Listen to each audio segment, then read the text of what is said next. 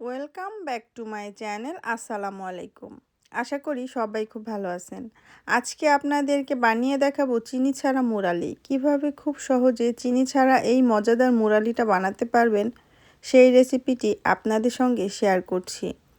মুরালি বানানোর জন্য প্রথমে এখানে আমি 2 কাপ ময়দা নিয়েছি। এই ময়দার ভিতরে দিয়ে দিচ্ছি 1 চা চামচ পরিমাণে কালো জিরা, দিয়ে দিচ্ছি স্বাদ মতো লবণ, দিয়ে দিচ্ছি 4 টেবিল চামচ পরিমাণে তেল। ময়দার সঙ্গে হাত দিয়ে সব কিছু ভালো মতো একটু মিশিয়ে নিচ্ছি। সব কিছু হাত দিয়ে ভালো মতো মিশিয়ে নিলাম। এখন এর ভিতরে আস্তে আস্তে পানি দিয়ে শক্ত একটা ডো তৈরি করে নেব।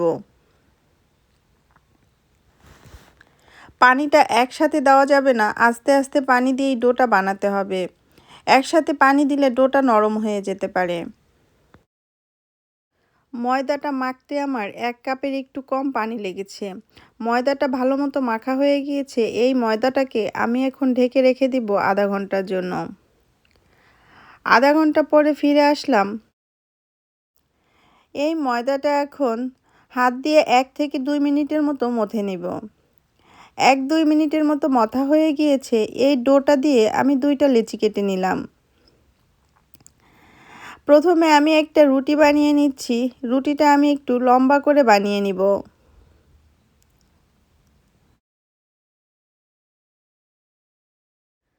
লম্বা করে একটা রুটি বানিয়ে নিলাম। এই রুটির মাঝখান থেকে আমি কেটে দিচ্ছি। রুটিটাকে 2টা ভাগ করে নিলাম। এখন আমি একটা পাশ এইভাবে ছুরি দিয়ে কেটে নিচ্ছি। কাজটা আমি কিভাবে করছি দেখে একটু বুঝে নিতে হবে।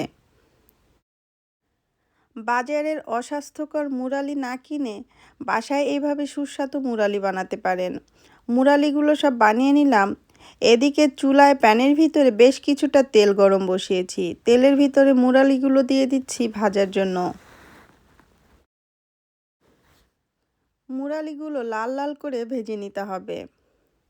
খুন্তি দিয়ে নেড়েচেড়ে দিতে হবে যাতে একটার সাথে আরেকটা লেগে না যায়। বিকালে চায়ের সঙ্গে এইরকম মুরালি থাকলে আর কিছুই লাগে না।